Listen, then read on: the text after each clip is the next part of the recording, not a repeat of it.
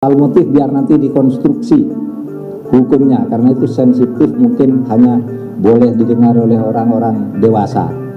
Kan jadi saya nih, ya kan? Kan saya kan tidak ada beban, ya, untuk kepentingan yang namanya pengungkapan dan mengawal kasus ini dari awal. Ya, informasi yang dapat sama juga ternyata dengan informasi yang disampaikan oleh Pak Mahfud. Kan tanya ke saya gitu. Karena apa? Karena ini menurut saya sensitif. Apa sensitifnya? Ngangkut orang dewasa. Kalau Menko Polhukam menyatakan itu konsumsi orang dewasa, maka motif yang selama ini terdapat di media-media sosial gitu ya, itu menjadi fakta. Menko Polhukam itulah penyelenggara negara gitu ya. Kalau Menko Polhukam juga hanya berkeluh kesah gitu ya, mestinya jangan berkeluh kesah gitu. Ya. Menko Polhukam sebagai penanggung jawab terkait dengan politik hukum dan keamanan itu mestinya bertindak gitu. Saran kami dari tampak itu sebenarnya supaya presiden membentuk tim kepresidenan untuk menyelesaikan semua persoalan ini. Itu kan sensitif. Jadi yang buka tuh jangan saya bilang biar polisi aja, karena itu uraiannya panjang gitu. Nanti publik yang membuka kepada polisi yang membuka ke publik, lalu dibuka di pengadilan oleh jaksa. Polri jangan melihat persoalan ini sangat sederhana gitu. Termasuk misalnya Kapolri, Pak Jokowi misalnya ya. Jangan melihat persoalan ini sederhana gitu ya.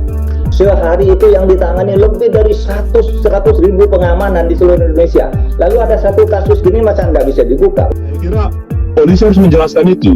Supaya apa? Supaya sebenarnya tidak ada halangan bagi Polri. Presiden Jokowi sebagai penanggung jawab persoalan ini hanya melihat ini hanya masalah kecil. Kalau kita dari tampak, ini saatnya Presiden Jokowi ya menyelesaikan semua persoalan yang ada di tubuh Polri. Menteri Koordinator Polisi Hukum dan HAM Mahfud MD belak-belakan soal insiden penembakan terhadap Nofriansah Yosua Huta Barat alias Brigadir J. Mahfud MD bahkan menyebut kelompok Irjen Verdi Sambo berusaha menutupi kasus penembakan itu dari Kapolri. Kita ketahui bersama-sama bahwa beberapa waktu yang lalu Mahfud MD juga pernah menyampaikan bahwa kasus pembunuhan Brigadir Joshua ini adalah kasus yang besar. Motifnya sensitif, hanya boleh didengar oleh orang dewasa saja, katanya. Dan saat ini Mahfud juga menjabat sebagai Ketua Kompolnas, jadi wajar saja apabila terus mengawal dan memberikan masukan terhadap Polri dalam mengungkap kasus ini. Ya, walaupun Kompolnas tidak bisa masuk secara teknis dalam menyelidiki kasus ini. Hal yang disampaikan Mahfud MD dalam podcast bersama dengan Akbar Faisal mengatakan bahwa ada kelompok tertentu yang kemudian ditengarai memiliki kekuatan dan memiliki power untuk menjadi penghambat. Katanya, kalau saya memahaminya karena di Polri itu memang ada pusat-pusat kekuatan. Jadi kenapa Kapolri tidak selalu mudah menyelesaikan masalah?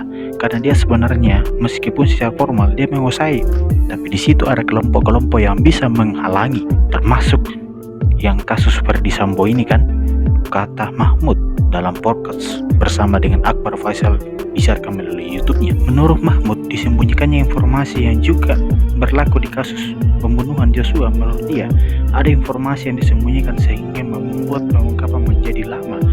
Mahfud mengatakan ada 3 klaster kelompok Sambo di kasus kematian Brigadir J. Klaster pertama yakni sosok Sambo selaku tersangka karena diduga menjadi perencanaan pembunuhan. Klaster kedua yakni pihak yang menghalangi pengusut kasus berpotensi dijerat pasal obstruction of justice. Sementara klaster ketiga yaitu pihak yang sekedar ikut-ikutan dalam kasus ini dan berpotensi dijerat dugaan pelanggaran etik. Mahfud MD mengatakan Presiden Joko Widodo sempat marah karena penanganan kasus kematian Brigadir J yang sangat lambat. Kemarahan itu diketahui setelah mendapat informasi dari Seskap Pramono Agung. Meskipun demikian, Mahfud MD mengatakan Kapolri Jenderal Listio Sigit Prabowo cukup responsif menerima dan menjawab masukan dari berbagai pihak terkait penanganan kasus tersebut. Misalnya yang kasus Sambo ini disembunyikan di Kapolri oleh orang-orangnya Sambo, sehingga Kapolri agak terasa lambat. Tapi kan apa responsif terhadap isu-isu dari luar. Misalnya, komunikasi dari kita dengan masyarakat, dia jalan meskipun agak terlambat, tapi itu menunjukkan bahwa perlu ada pembenahan di Polri itu agar terjadi kesatuan sebagai sebuah institusi pemerintahan di bidang keamanan, kata beliau. Mahmud juga membongkar peran Irjen Verdi Sambo selama menjabat sebagai Kadif Propam. Menurutnya, Sambo memiliki kekuatan besar sehingga banyak yang takut kepada sosoknya. Kata beliau, jadi begini, di Propam itu, Kadif Propam Irjen Verdi Sambo mempunyai kekuatan yang sangat besar karena divisi Propam itu mempunyai sebagai divisi ada di sini di direktoratnya ataupun deputi-deputinya itu yang semua di bawah kuasanya, yang menyelidiki ini, yang memeriksa ini, yang memberikan hukuman ini, yang mengeksekusi ini, yang memindai orang ini, yang memecat ini, dan semuanya harus persetujuan Sambo, kata Mahmud. Pada akhirnya mulai dari memeriksa, menghukum, mengadili, memindah, menaikkan, di situ memberikan fasilitas apa ada di kepala divisi ini, ada di Kadif. Itulah sebabnya mungkin sebaiknya pakai sistem ketenagaraan kita saja yang memeriksa dan menghukum, beda dong gitu, sehingga disejarkan aja dengan Sambo. Menurut saya orang-orang ini, Mahmud mengatakan kelompok-kelompok yang ada di dalam tubuh Polri bukan merupakan sebuah rahasia lagi. Dia menyebut kelompok-kelompok itu sudah terbentuk sejak lama. Bagaimanapun itu kan bukan rahasia, kelompok-kelompok itu kan sudah banyak dari dulu. Ada yang kelompok A, kelompok B, kelompok C, ada Brimob, Barreskrim, divisi Propam, ada apa lagi.